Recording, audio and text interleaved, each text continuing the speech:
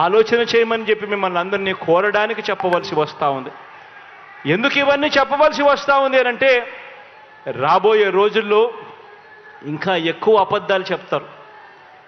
రాబోయే రోజుల్లో ఇంకా ఎక్కువ మోసాలు చేసే పరిస్థితి వస్తుంది. రాబోయే రోజుల్లో ప్రతి ఇంటికి కేజీ బంగారం ఇస్తాము అని చెప్పే నాయకులు వస్తారు. రాబోయే రోజుల్లో ప్రతి ఇంటికి ఒక బెంజ్ కార్ ఇస్తామని చెప్పే నాయకులు కూడా మీ ఇంటి దగ్గరికి వస్తారు. రాబోయే రోజుల్లో కుట్రలు ఎక్కువ జరుగుతాయి, కుతంత్రాలు ఎక్కువ జరుగుతాయి, కుటుంబాలను అడ్డగోలుగా చీల్చే కార్యక్రమాలు కూడా జరుగుతాయి.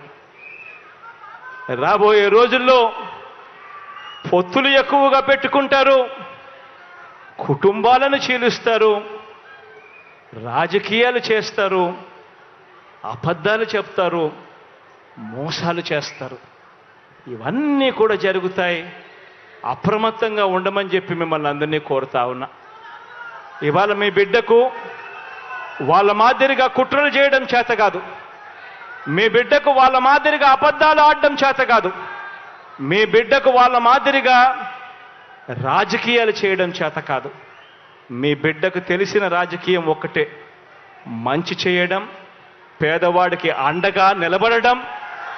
మీ బిడ్డ నమ్ముకున్నది కూడా ఒక్కరినే, పైన దేవుని నమ్ముకున్నాడు, కింద ఉన్న మిమ్మల్ని మాత్రమే నమ్ముకున్నాడు తప్ప మధ్యలో మీ బిడ్డ దళారులను ఎవరిని కూడా నమ్ముకోలేదు.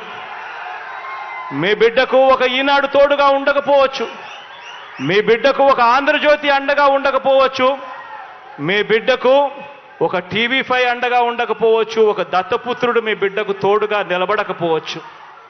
కానీ మీ అందరితో కూడా కోరేది ఒకటే, మీ బిడ్డ నమ్ముకున్నది పొత్తులను కాదు, ఎత్తులను కాదు, జిత్తులను కాదు, కుయుక్తులను కాదు, కుట్రలను కాదు.